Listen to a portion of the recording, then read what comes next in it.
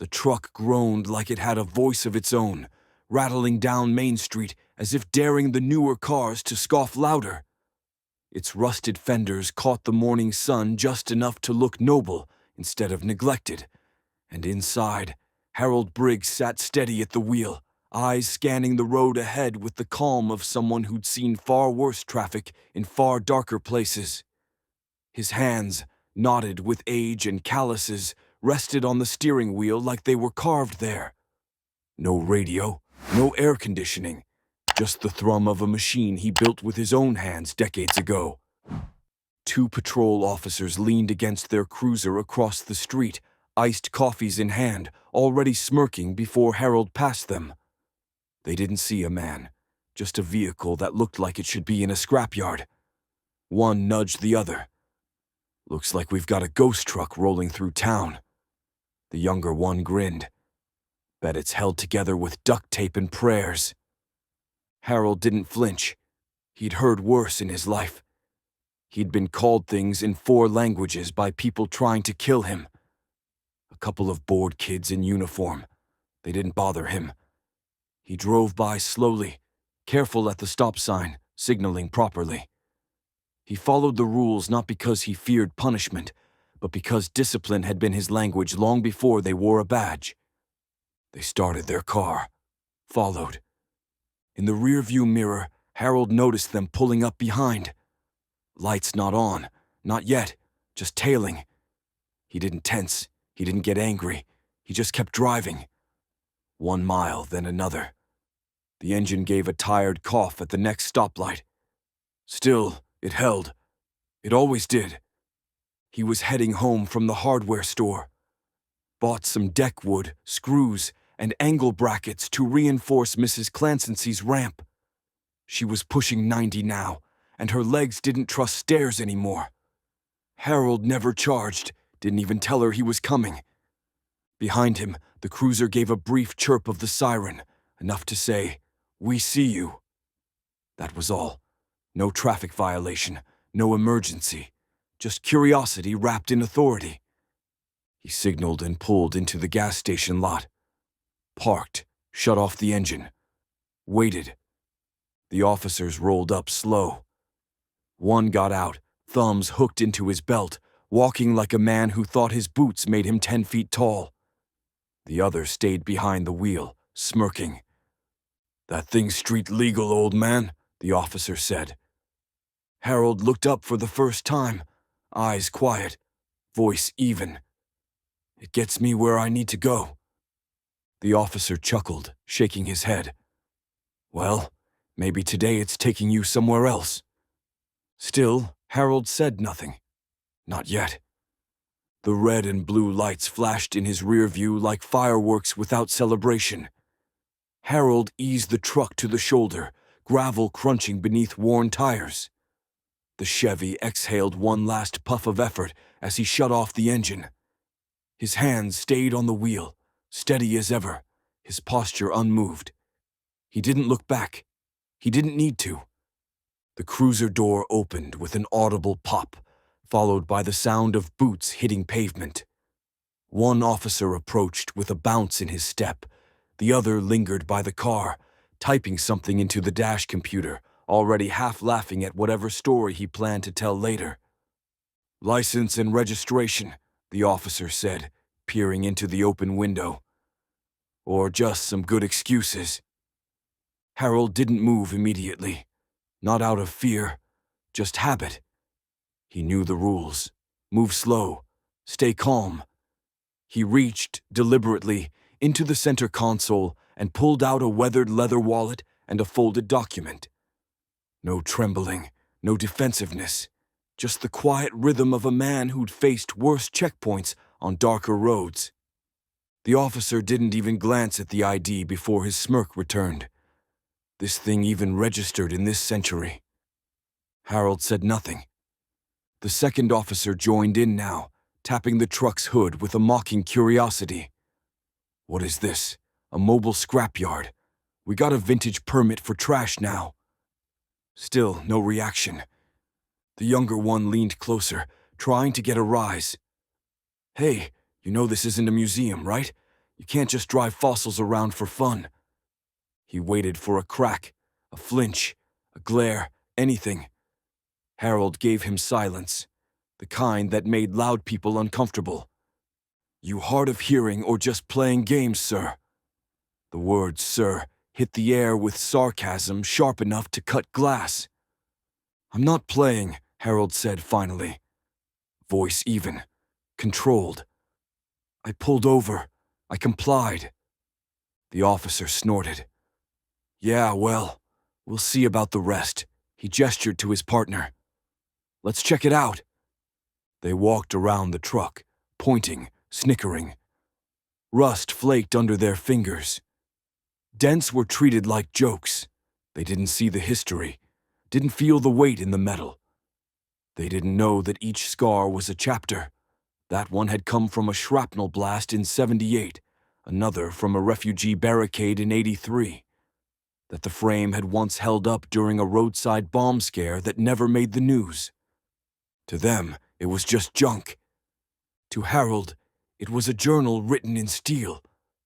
And now he sat, hands on the wheel, watching in the side mirror as they circled, waiting for whatever came next.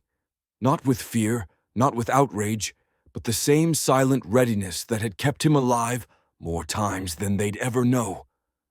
The officer leaned against the driver's side door, arms crossed, chewing a toothpick like it gave him authority. His partner had already started running plates, or trying to anyway. Got ID, old man? The first one asked, voice soaked in condescension. Harold didn't blink.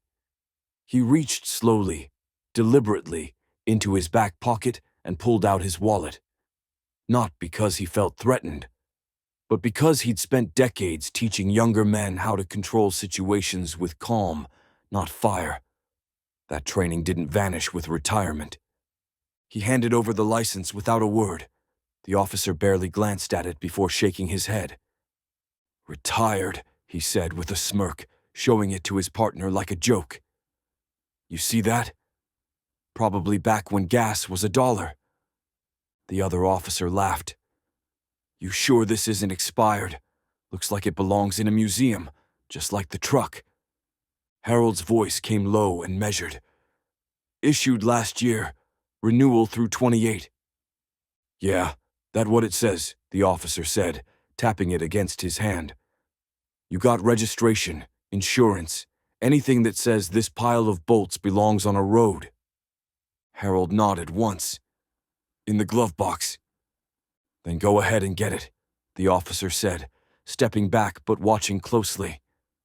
Harold moved slowly, hand reaching across the dash, opening the glove compartment. The papers were organized, clipped neatly together, every bit of it in order. He handed them over, silent. Not passive, just choosing his moment. The officer flipped through the documents without care, eyes barely scanning, his mind already made up. What's a special historical vehicle designation? He scoffed, reading the fine print. State recognition for veterans, Harold said. Issued with verification through the Department of Defense. The officer snorted. Yeah, well, it ain't verified by me. He tossed the paperwork on the hood and nodded to his partner. Get him out.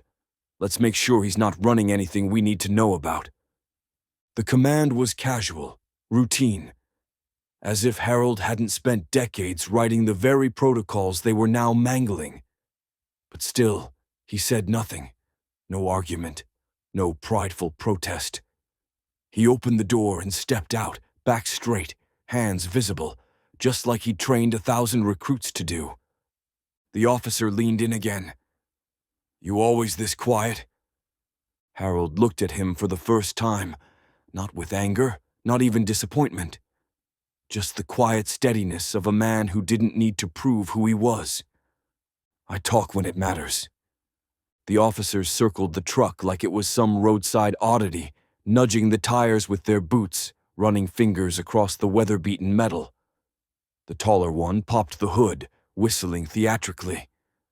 Well, would you look at this prehistoric beast, he said, nudging a wire like it might fall off. I didn't know you could still run an engine on duct tape and stubbornness." His partner chuckled, peering into the cab. "Bet it smells like mothballs and Bengay in here." They laughed, loud enough for Harold to hear, maybe hoping to provoke a reaction. But Harold just stood there, arms at his sides, calm. The laughter rolled off him like rain on old stone. He'd heard worse in jungles where the next laugh might be your last. "Man, look at this thing," the second officer said, running a finger along the tailgate. "Looks like it's held together with prayers and rust. You sure you didn't steal this from a scrapyard, old man?" Harold said nothing. He watched them, eyes calm, breathing steady.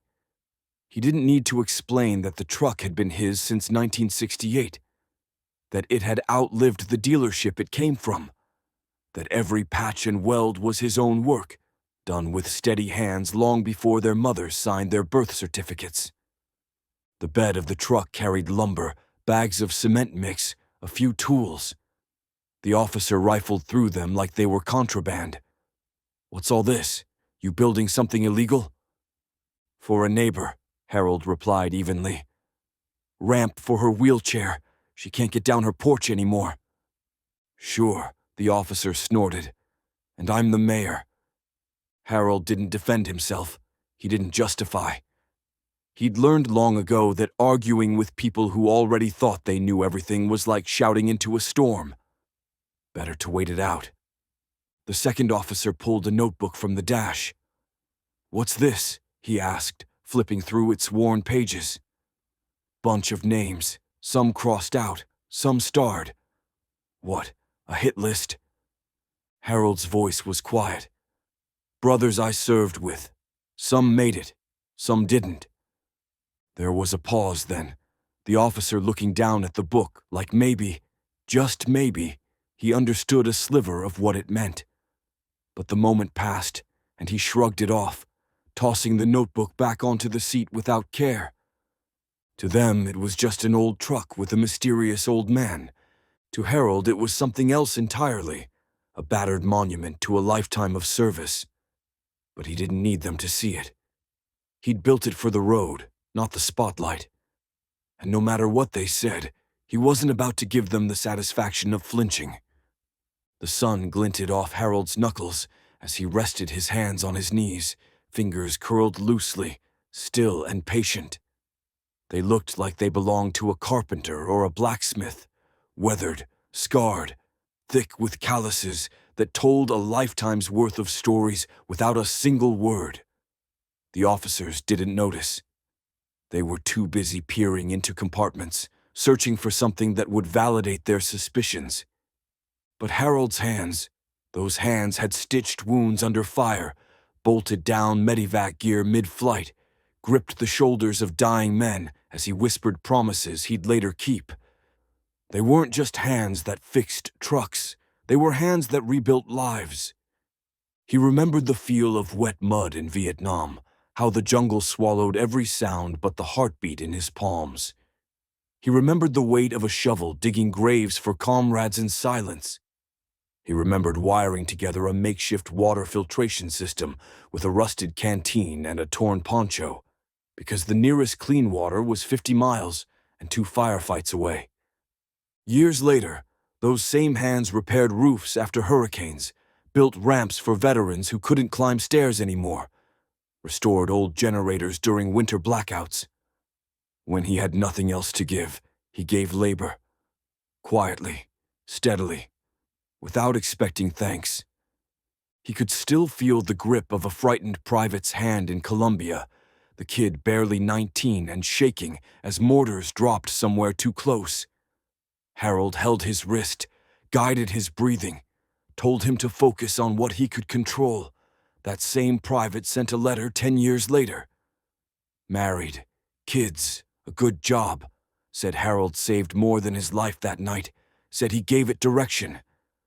Harold never talked about those things, not at the diner where he had coffee every Thursday. Not to the neighbors who waved, but never asked much. He didn't have medals on display or flags in the yard. Just a pile of tools in the garage and hands that still moved like they had purpose.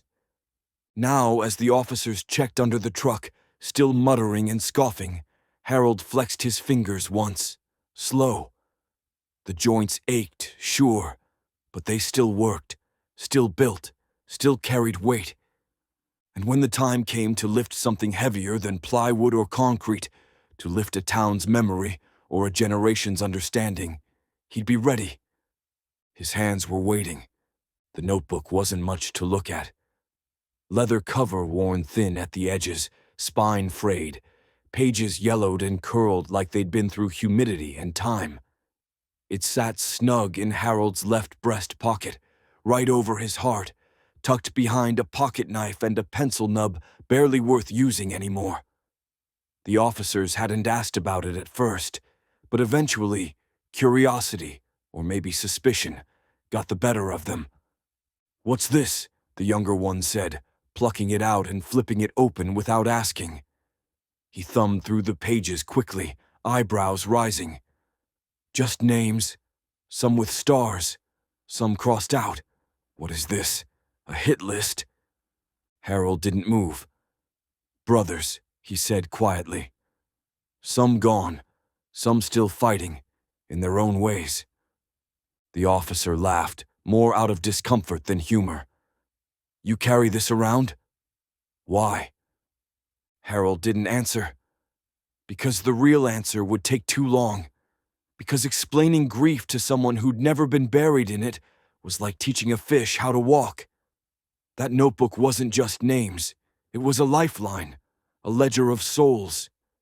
Men he'd trained with, fought beside, lost in deserts and jungles and freezing mountains no one ever visited unless they had to. Each name was written carefully. No ranks, no medals. Just first and last, with a small mark beside each, some stars, some crosses, some dates. Some had nothing yet, just space waiting to be filled. He remembered every one. Bennett, who sang Sinatra before every mission. Lopez, who took shrapnel and still carried the team across the ridge. O'Hara, who never made it home, but whose daughter Harold helped send to college. The notebook was his church, his confession, his after-action report that never got filed. The officer closed it and tossed it back on the truck seat without care. "Weird," he muttered. Harold caught it mid-air, reflexes still sharp despite the years. He tucked it back into his pocket, patting it gently, more reverent than protective. He didn't expect them to understand. That book didn't belong to this world of instant likes and drive-through judgments. It was from a slower time, when memory wasn't stored in phones but in calligraphy on paper that aged with the hand that held it. The officer had seen pages, Harold had seen ghosts, and every time he opened that notebook, he remembered why silence often spoke the loudest. The officers kept circling the truck, still trading barbs, but their voices were starting to lose their sting. Maybe because Harold never reacted, or maybe because they sensed something else beneath the surface.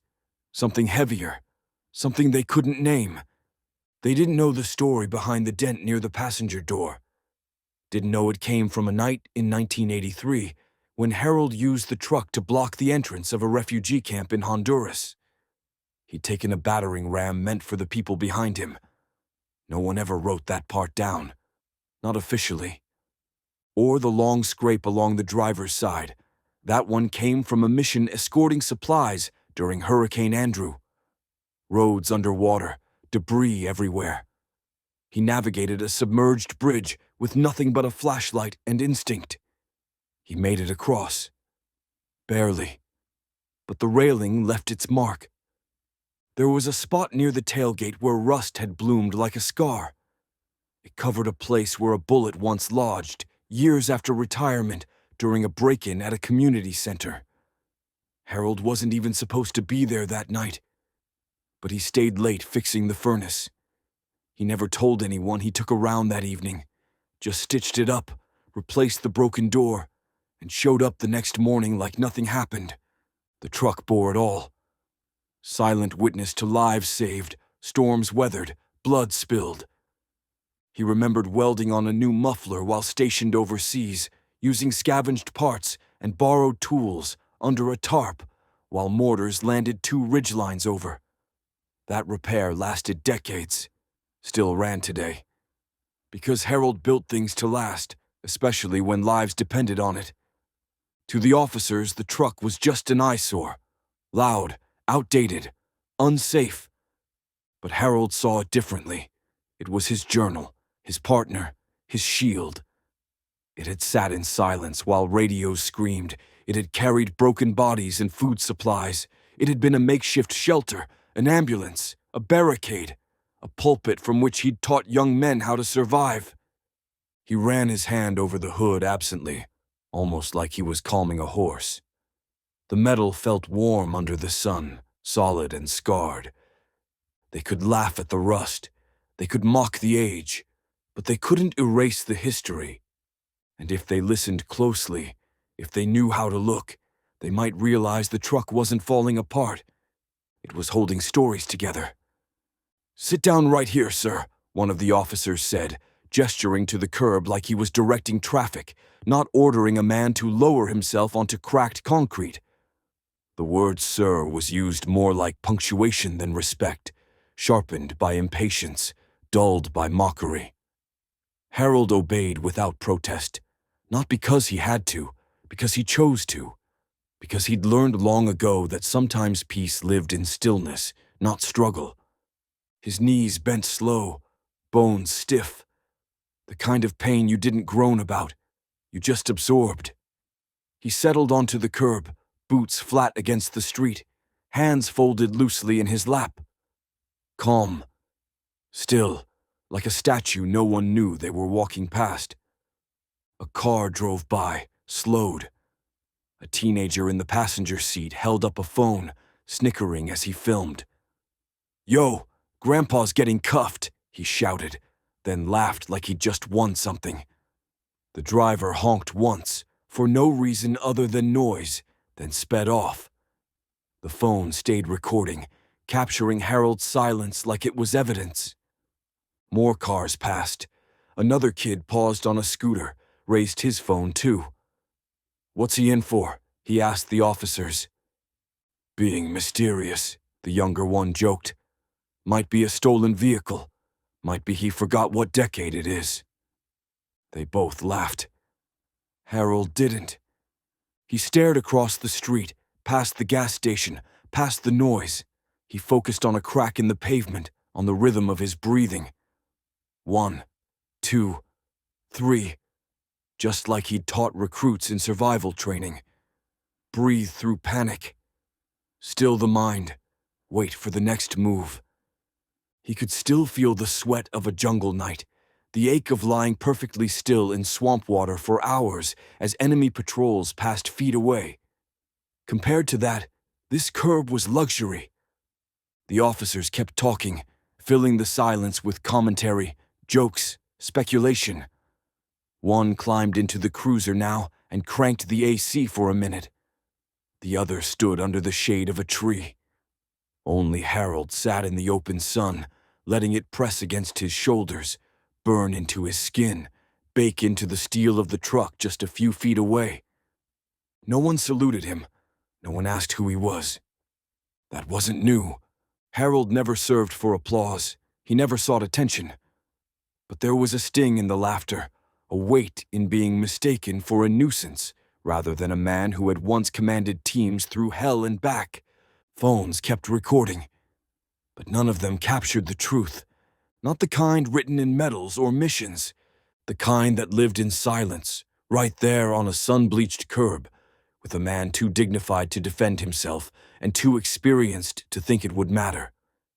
Inside the gas station, behind a smudged counter and flickering fluorescent light, Mike Henderson stood frozen mid-swipe of a windshield squeegee.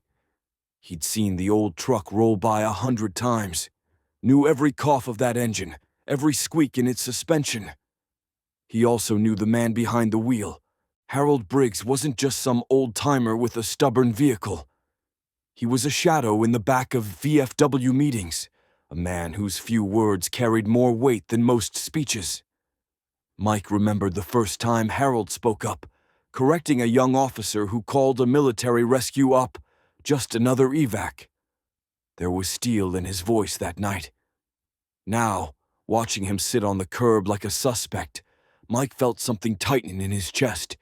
He watched the officers, saw how they leaned against their cruiser, heard one of them laugh. Mike wiped his hands on his apron, stepped into the back room, and closed the door. He pulled out his phone. No hesitation. His hands moved with purpose, fingers flying across the screen.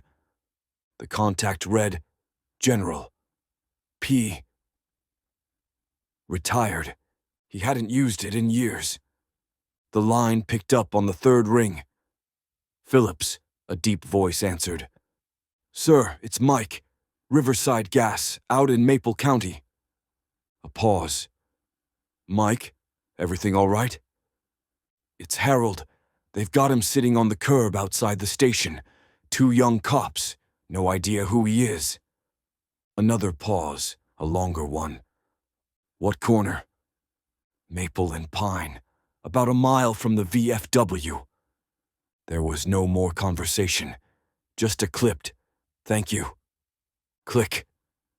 Mike exhaled slowly, then returned to the front, pretending to tidy the register. Through the window, he watched the scene unfold.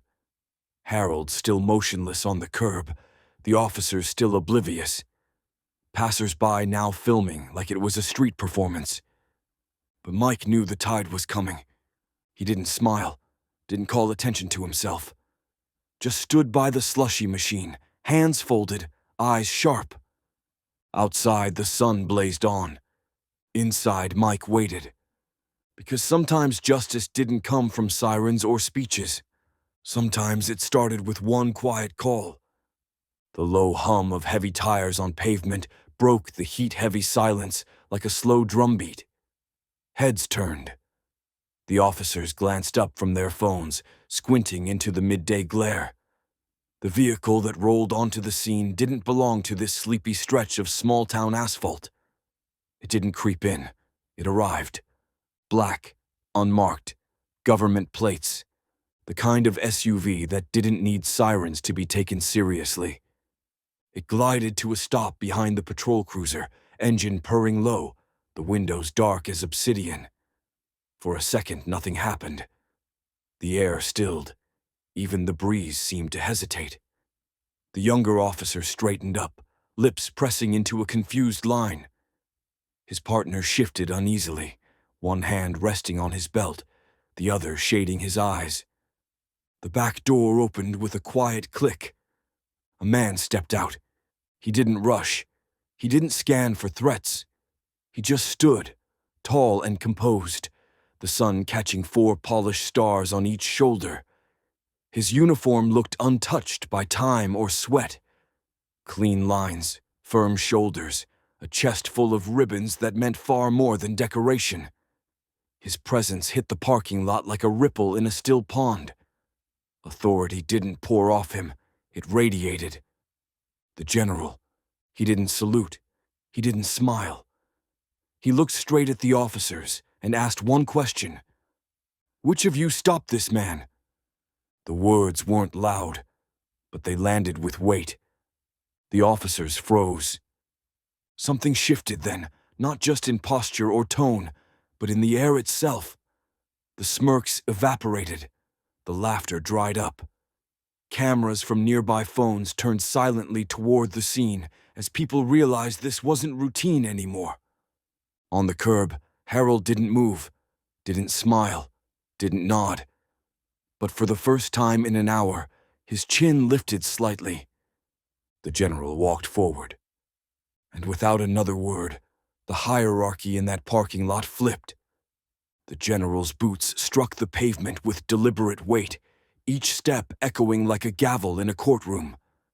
His face was unreadable, calm, yes, but charged with something unmistakable. Purpose. He wasn't here to make a scene. He was the scene. His eyes never wandered. Not to the crowd, not to the truck, only to the two young officers, now standing stiff with uncertainty shadowing their bravado. "Which of you stopped this man?" the general asked, voice level, but colder than shade in the desert. Neither officer answered immediately. The taller one cleared his throat. That would be me, sir. We both. He was driving an unregistered—" The general raised a hand, the kind of gesture that didn't require volume to silence a room. "I didn't ask for excuses," he said. "I asked who stopped him." The younger officer shifted, then pointed weakly at himself. "We didn't know who he was," he mumbled. "You didn't ask," the general replied. Then he turned. His gaze landed on Harold, still seated on the curb, framed by heat waves and shadows. For a brief moment, the general's expression softened. Not pity, not sentimentality. Recognition. Respect. He walked toward Harold. "Permission to help you up, Sergeant Major." The silence was now absolute. Even the breeze had gone still. Harold nodded once. "Permission granted." The general extended a hand, not in command, but in reverence. Harold took it, rising slowly, his joints protesting, but his posture unbending. Once on his feet, they stood eye to eye, two soldiers in vastly different uniforms, bound by history no one else could see. The general turned back to the officers. "You just stopped the man who trained me," he said. The words weren't just for the officers. They were for everyone, and everyone heard them.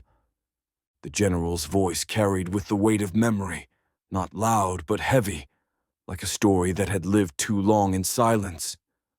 "Fort Bragg, 1983, he said, his eyes still locked on the officers.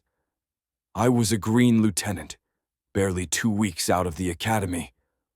Overconfident, underprepared. We were running a recon simulation in the swamp, nothing fancy, just navigation and communication drills. Then our comms went dead. Storm rolled in. Visibility went to 0. We got separated from our unit." He glanced toward Harold, standing now, straight as ever, despite the ache in his joints. "Half my squad was panicking. I was pretending I wasn't.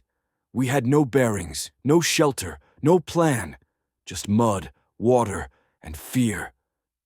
The general took a step closer to the officers. "Harold Briggs was leading the survival training team that year.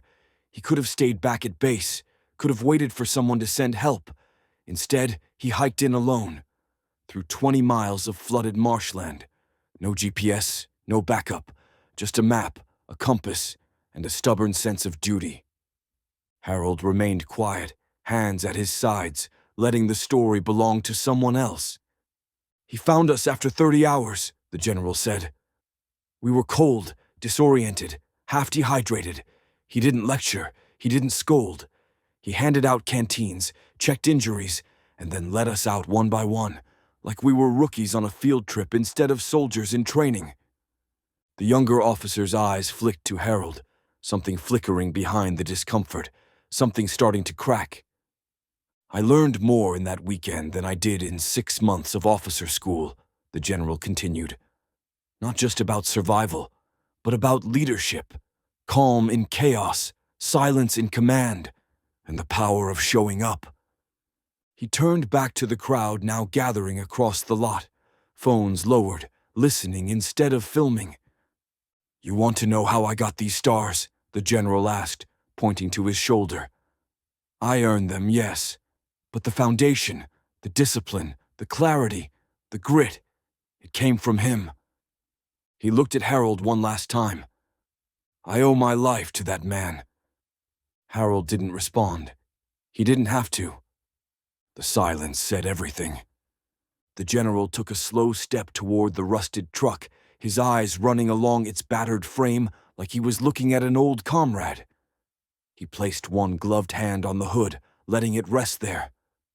"This truck," he said, turning his voice toward the crowd, "isn't just old. It's earned its age." He glanced at the officers. "You saw a pile of metal. What you didn't see was that this vehicle has done more in service than most fleets ever will." He pointed to the dented fender near the rear wheel. "Hurricane Andrew, 1992. Roads flooded, bridges out, power lines down. Military relief couldn't get through to half the townships. Supply convoys were stalled, stuck waiting for clearance." He looked at Harold, something quiet and proud beneath his composed tone. "Briggs didn't wait. He loaded this very truck with medical kits, dry rations, water, and drove through 4 feet of standing water. Alone, no escort, no command, just instinct and stubborn determination. He reached a pediatric care unit that had run out of antibiotics, delivered insulin to a retirement home on a generator's last breath, got fresh water to a shelter full of families with infants." A murmur moved through the onlookers like wind through wheat, the kind of sound people make when they realize they've been looking at something without ever truly seeing it. He had to chain the battery to the chassis halfway through because it broke loose on a washed-out road, changed the alternator mid-trip with a wrench and his bare hands, kept going, no spotlight, no headline. The younger officer stepped back slightly, his face reddening. His gaze drifted to the truck now with a different weight, like he was seeing it for the first time. "It's not just a vehicle," the general said. "It's a witness. It served in storms, in silence, in places the news never reached." Harold shifted his stance but said nothing. His fingers brushed the edge of the truck bed like a quiet thank you. The general gave a single nod. "Just because something looks old doesn't mean it's past its purpose. Some tools only get more valuable with time." And in that moment, the rust didn't look like decay anymore. It looked like armor. The general stepped to the driver's side door and looked at Harold. "May I?" Harold gave a slight nod. "Glove box." With a soft click, the general opened it and reached inside, careful and deliberate. He pulled out a small stack of documents, all neatly kept in a weathered plastic sleeve. The edges were yellowed, but the contents were clear. He withdrew a certificate first, aged, official, and stamped with the Department of the Army seal. "Bronze Star," the general said, lifting the paper for the officers and the growing crowd to see. "Awarded for heroic service under combat conditions." He flipped to the next. A letter signed by the Army Chief of Staff, retirement commendation, dated 2 decades earlier. Folded behind it was a photograph. A younger Harold Briggs, standing beside a medevac helicopter, dirt-streaked, eyes calm, surrounded by soldiers half his age. No smiles, just the weight of having gotten them home. The general continued, holding up a different document now. Department of Defense certification for historical vehicle exemption. "This truck," he said, "has clearance from the DoD itself. Annual renewal, filed with your department every January." He returned the items to the glove box with care, almost like setting them back in a display case. Then he closed it and turned back to the officers. "You see a quiet old man and a rusty truck," he said. "But inside that glove box is a history thicker than most training manuals. You just didn't bother to ask." The younger officer's jaw twitched. He looked at his feet. Harold, arms folded now, remained silent. Because these weren't things he ever showed off. No plaques on his walls, no shadow boxes. He didn't tell people about the hostage rescue in Colombia, or the winter night in Iraq where he carried a wounded interpreter 6 miles after their convoy was ambushed. No press, no ceremony, just another name in his notebook, another quiet deed recorded only in memory. The general looked out at the crowd, then back to the 2 men who'd pulled Harold over. "The loudest stories are rarely the most important ones. The ones worth hearing don't come with sirens, they come with silence." And now, the glove box sat closed again, just as it had for years, a vault of proof, untouched, until someone finally asked, The general stepped away from the truck, his boots scuffing the hot pavement as he faced the crowd now gathered along the edge of the lot. Dozens stood silent, phones lowered, arms crossed, eyes fixed. A few kids had stopped recording altogether. The mood had shifted from curiosity to reverence. "Let me make something clear," the general began, his voice firm but not raised. "Protocol exists for order, for safety, for structure, but judgment, that's what gives protocol its soul." He looked toward the officers, not with malice, but with something colder: disappointment. "You followed procedure, pulled over a vehicle that looked out of place, asked for ID, ran the numbers, all textbook." He paused, then gestured toward Harold. "But where in your training did it tell you to laugh, to mock, to strip a man of dignity before you even asked his name?" The officers shifted uncomfortably. The crowd said nothing. Harold Briggs has given more to this country than most of us ever will, not just in uniform, but in sweat, time, and service after his last salute. You saw an old man in a rusty truck. You didn't see the field hospitals he built from rubble, the families he rescued in floods, the soldiers who came home because he didn't give up. The general turned slightly, addressing everyone now. "If we teach our officers to follow rules without discernment, we fail them. If we teach our communities to assume before they ask, we fail each other. Respect isn't earned through uniforms, it's practiced through presence." He stepped back toward Harold, standing side by side now. This man didn't demand respect today. He didn't raise his voice. He didn't name drop. He sat quietly, while the world misjudged him. Again, because that's what men like him do. The general scanned the faces in the crowd: neighbors, teens, veterans, skeptics. "If we forget the difference between protocol and principle, then we forget the very thing men like Harold fought to protect." Silence followed. Not awkward, reverent. And in that stillness, something shifted again, not just in the air, but in the way everyone now looked at Harold. Not as a stranger, but as a reminder.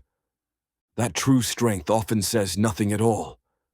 Harold stood still, eyes forward, but inside his mind, the past flickered like film caught in a projector's teeth, brief, brutal, and deeply buried.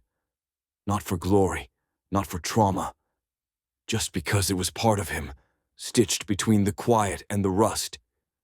He remembered the ridge in Afghanistan, where he carried a wounded sniper on his back for 3 miles uphill, radio silent under moonlight.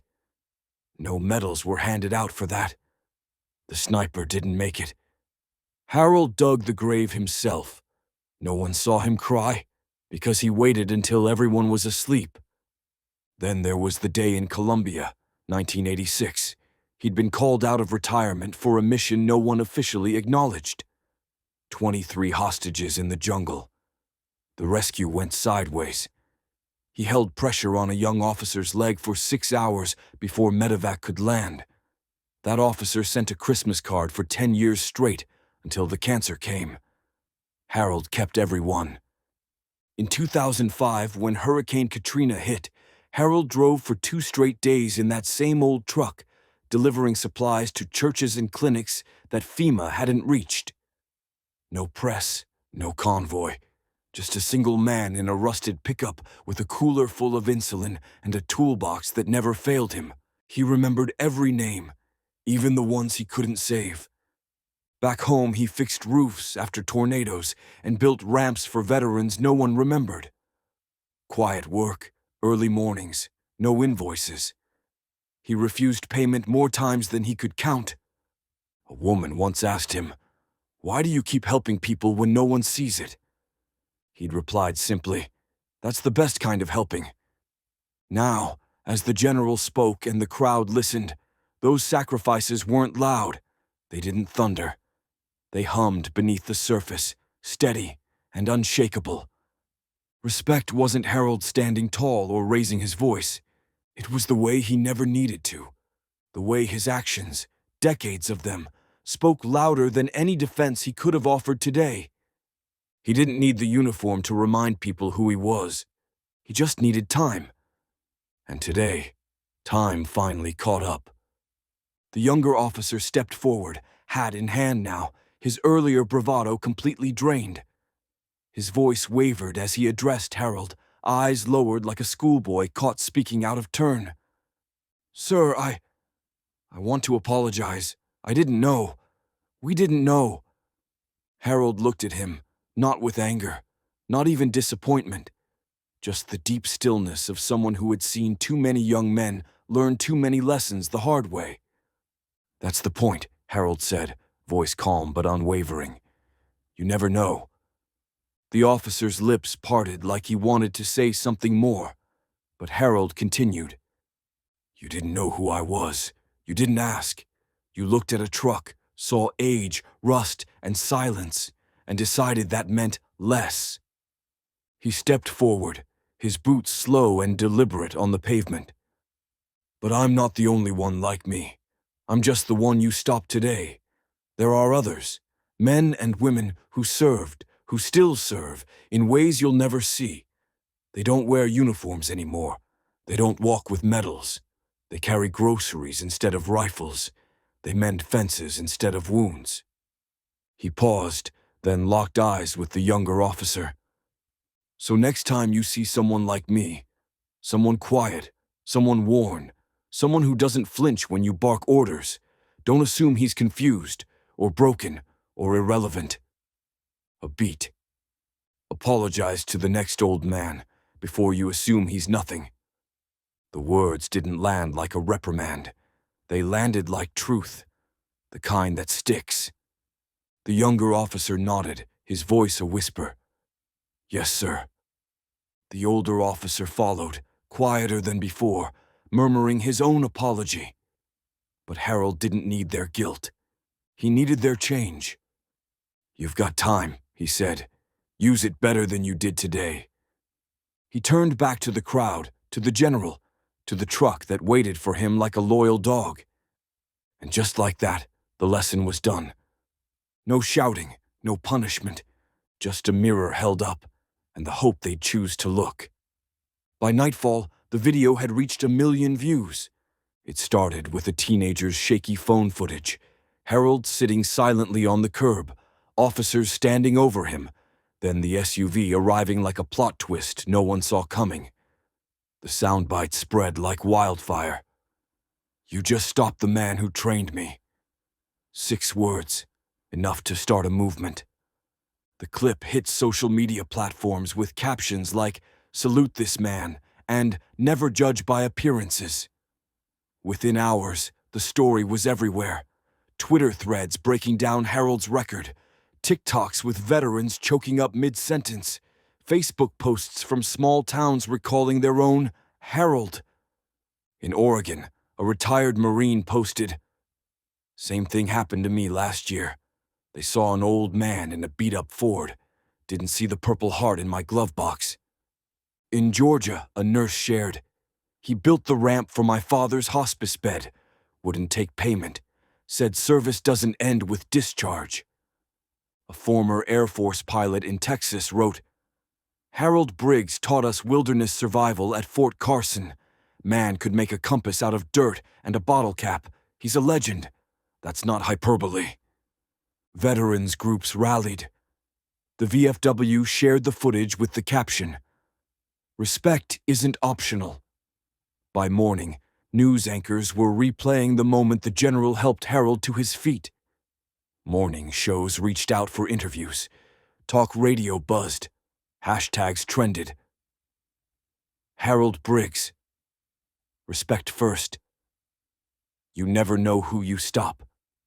Harold, for his part, didn't log on. He spent that evening sanding down a splintered railing for the ramp he'd promised to finish by Sunday.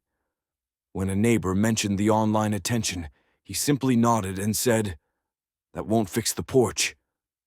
But far beyond his quiet town, the ripple had already become a wave. Police departments circulated the clip in training meetings. Recruit classes were shown the video with a warning. This is why you ask before you assume. Not all stories go viral, but this one did.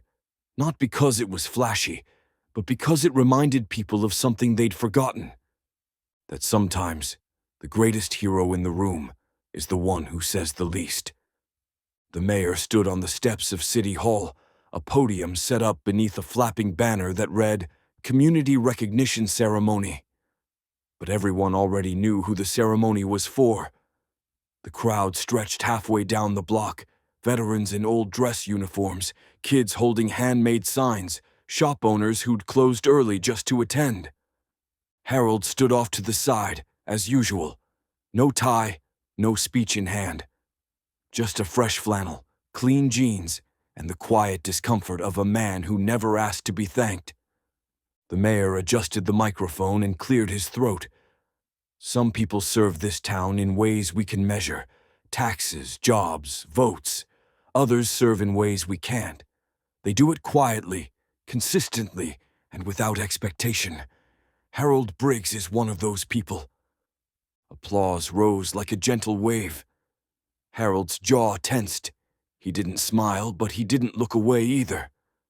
The mayor continued, Over the last several days, the world has come to know what many of us already did, that Harold has spent his life building not just ramps and shelters, but dignity, freedom, safety, for this country and for this town.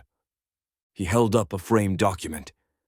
Today, by unanimous city council vote, we officially declare June 4th as Harold Briggs Day in Riverside. The crowd erupted, not in wild cheering, but something deeper, respectful, earnest. People stood, a few saluted. One woman wiped tears with the edge of her scarf. Harold stepped forward only when nudged. He nodded once to the mayor, then took the proclamation in both hands like it was a tool, not a trophy. The mayor leaned in. Say a few words. Harold blinked, then stepped up to the mic. He stared at it like it might bite him. Then, with a dry breath, he leaned in and said, Thank you, but if it's really my day, maybe use it to help someone who can't ask. Then he stepped back. No big speech, no flag waving, just Harold, still giving. Even when the spotlight found him. The first check arrived the day after the mayor's announcement, $1,000 from a retired schoolteacher in Minnesota who had never met Harold but wrote, This is for whoever needs the next ramp. Then came a donation from a high school baseball team in Ohio, followed by a corporate match from a veteran-owned business in Texas. Within a week, the fund had passed $247,000. Harold didn't ask for any of it. But when the donations came, he knew exactly what to do. He called Mike from the gas station, then a few old friends from the VFW, and then some of the younger vets who had once been too proud to accept help. They met in the back of the community center, sat at a folding table, and scribbled out a list of every veteran or disabled neighbor in the county who might need a ramp, a handrail, or even just a visit. They called it the Harold Briggs Initiative, not because Harold wanted his name on it, but because everyone else refused to call it anything else. Materials were ordered in bulk. Harold set up shop in his garage, which quickly turned into a staging ground filled with lumber, toolboxes, drills, and volunteers. Every day, more people showed up. Teenagers wanting to help, retired carpenters, a woman who'd never swung a hammer but brought lunch for the crew every afternoon. Harold didn't change much about how he worked. Still wore the same flannel, still drove the same truck, still carried the same notebook in his pocket. He just worked longer hours now. The first ramp was built for Mrs. Clansancy, the woman whose porch had started it all. The next for a Korean War vet who hadn't left his house without help in 6 years. Then one for a single mom whose son had cerebral palsy and no safe way down their front steps. Each ramp was a symbol, not just of mobility, but of dignity, of being seen. When asked about the growing wait list, over 300 names and counting, Harold just nodded and said, "We'll get to 'em." And when reporters came by for interviews, trying to turn him into a headline again, he'd hand them a tape measure and say, "You can talk, or you can help. Pick one." Most picked up the tape, because when Harold built something, it wasn't just wood and nails. It was proof that service doesn't have to end when the uniform comes off. And neither does purpose. It started small. A wave that didn't crash, just rolled, quiet and steady, like Harold himself. One morning, a boy on a bike passed Harold's truck and stopped, staring. He didn't say anything, just nodded.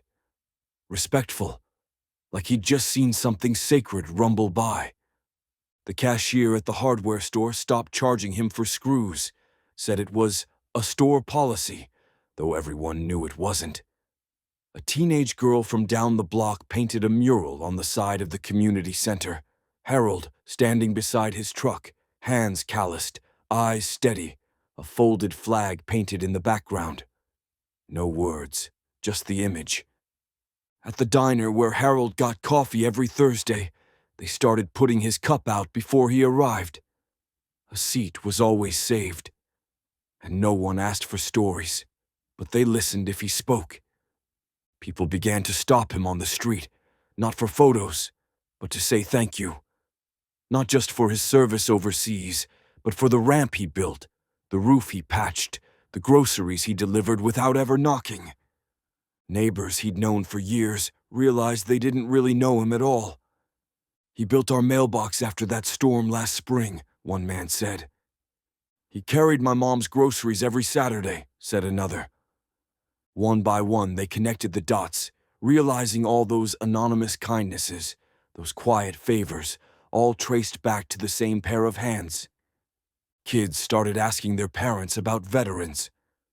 Churches began including prayers not just for troops overseas, but for the ones who had returned home long ago, living quietly among them. The school invited Harold to speak at assembly. He declined, but sent a box of his old training manuals with a note. Teach them how to prepare, how to help, how to serve. He didn't want a statue, didn't want speeches or banners or a plaque, but the community gave him something better. Awareness. They stopped seeing a rusted truck and started seeing the man inside. And in a world that often looks past the quiet, Harold Briggs became impossible to ignore. Not because he spoke louder, but because everyone else finally quieted down long enough to hear. It was just after sunrise when the familiar cruiser rolled up beside Harold's truck, the gravel crunching softly under the tires. The ramp crew was already unloading wood and tools in a quiet neighborhood on the edge of town. Harold didn't look up right away. He was focused on measuring a cut, pencil behind his ear, tape stretched across the lumber. When the door opened, it wasn't with the authority of someone arriving to enforce something, but the hesitation of someone hoping to rebuild something else. Officer Brian Keller, rookie, fresh-faced, and only weeks removed from national embarrassment, walked up, plainclothes this time. No badge, no radio, just a toolbox in one hand and a duffel bag slung over his shoulder. "Morning, sir," he said, clearing his throat. "I was hoping you could use another pair of hands." Harold glanced up, squinting slightly in the early light. He didn't speak right away, just gave Brian a long look, then nodded once toward the woodpile. "Gloves are in the back," he said. No welcome speech, no guilt trip, just permission. Brian worked quietly that morning, measuring, cutting, drilling. No one asked why he was there. No one brought up what had happened.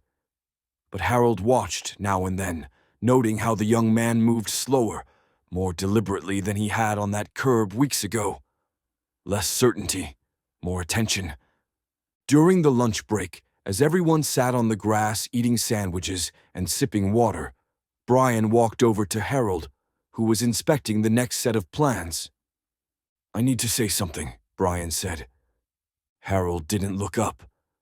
Only if you mean it. I do. He paused. I was taught to look for threats, not to look deeper. That was my mistake.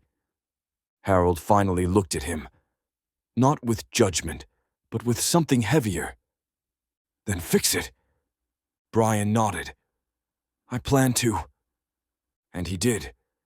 He came back the next weekend, then the next.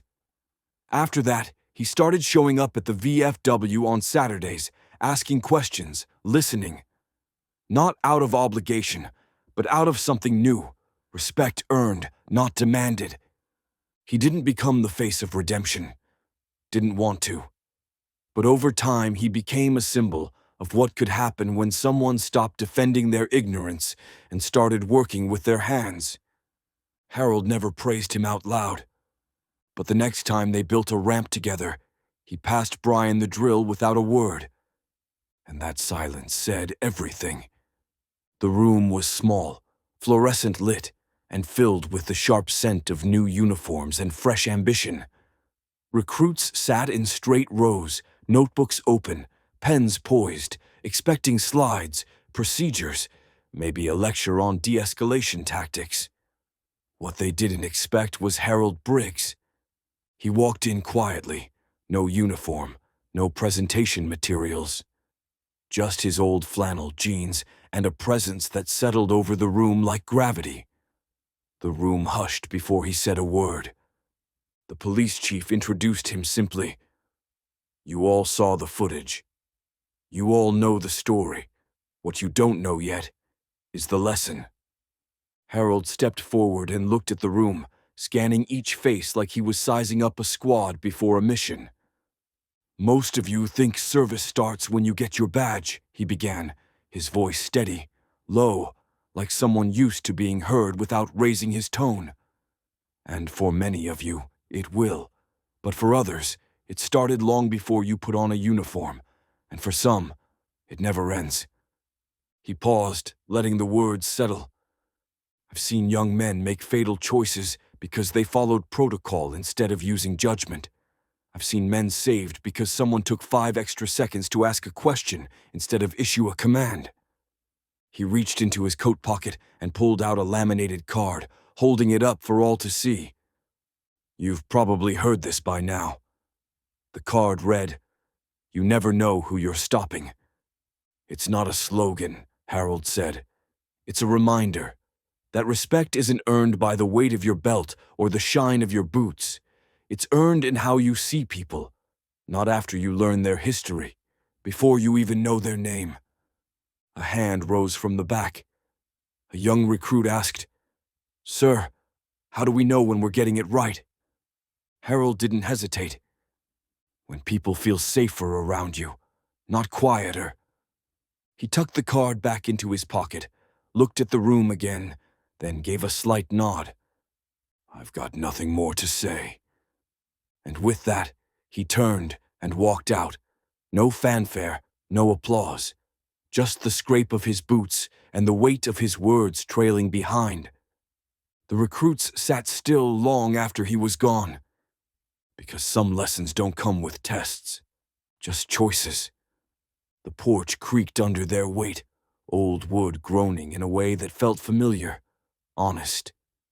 The sun was low, casting long shadows across the lawn as cicadas buzzed somewhere in the trees. 2 chairs sat side by side, one occupied by General Phillips, the other by Harold Briggs, who handed over a glass of whiskey without a word. They didn't talk at first, didn't need to. Years of shared silence had taught them how to be still together. The kind of stillness you only earn after war, after loss, after survival. Phillips took a sip, then set the glass on the rail. You always did hate speeches, he said. Harold gave a faint smile.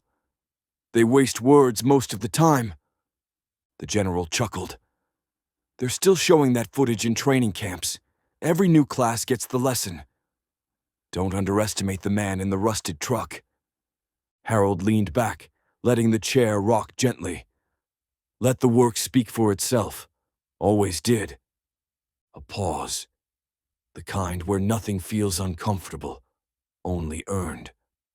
I meant to say it back then, Phillips added, his voice softer now. Back in Bragg, after the swamp operation. Never really thanked you. You did, Harold replied. You listened. The general looked down at his hands, still strong, though the veins now ran like road maps. They're naming a protocol update after you. National Training Module. It'll carry your name. Harold shrugged. I don't need a nameplate. I need people to stop making the same mistakes. Another silence, this one heavier. The general stood slowly, faced Harold fully. Permission to salute, Sergeant Major. Harold looked up, surprised. Not because of the request, but because of who it came from. 4 stars asking permission from a man long retired, sitting in a creaky chair with dust on his boots. He stood without hesitation. Permission granted. The general raised his hand with precision and held the salute longer than protocol required. Harold returned it, less formal, more personal. A gesture not of rank, but of mutual weight carried. They sat back down. The sun dipped below the horizon. And in the hush of twilight, 2 men who had seen the worst of humanity shared something rare and quiet. Peace. Not because the world had changed, but because maybe, finally, it had started listening. The laminated cards were handed out during orientation now. Small, simple, just big enough to fit in a wallet behind a badge. One side bore the department's seal, the other, in bold letters, You never know who you're stopping. Every rookie got one. No speech came with it, no fanfare. Just a nod from the training officer and a reminder that it wasn't optional. It was part of the gear, like body armor. Only heavier, in a different way. The phrase had started as a quote, a soundbite that went viral, but it didn't stay online. It sank into the town's DNA. Posters went up in the station's briefing room, in City Hall, in the local school's ROTC hallway. You never know who you're stopping. It became more than a warning. It became a value. And Harold? He didn't say much about it. He still built ramps, still fixed broken porch steps, still drove that rattling truck that coughed down Main Street each morning like it was clearing its throat for another day of service. But now, cruisers pulled over to let him pass. Heads nodded. Hands lifted in subtle salutes, not out of guilt, but out of recognition. Even the teenagers who once laughed now helped load lumber. The younger officer, Brian Keller, was promoted to community liaison. He kept his card laminated and tucked above his visor, and before every patrol with a new partner, he pulled it down and read the words aloud. Every time, without fail. Veterans from other towns wrote in, stories of quiet service, of unacknowledged sacrifice. Harold read every letter, answered most with the same line at the bottom. Service doesn't end, neither should respect. One fall morning, a boy approached Harold at the diner, barely 12, nervous. Mr. Briggs, he said, holding out a paper with a drawing of the truck and the words written in block letters underneath. You never know who you're stopping. Harold took the paper gently. Looks just like it, he said, but you forgot the dents.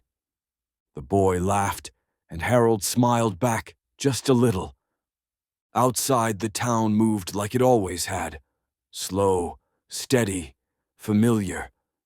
But something had changed. Not the roads, not the buildings, the people. Because 6 words had reminded them of something simple, something real, that every life carries weight. And sometimes, the quietest man in the loudest world is the one who leaves the deepest mark.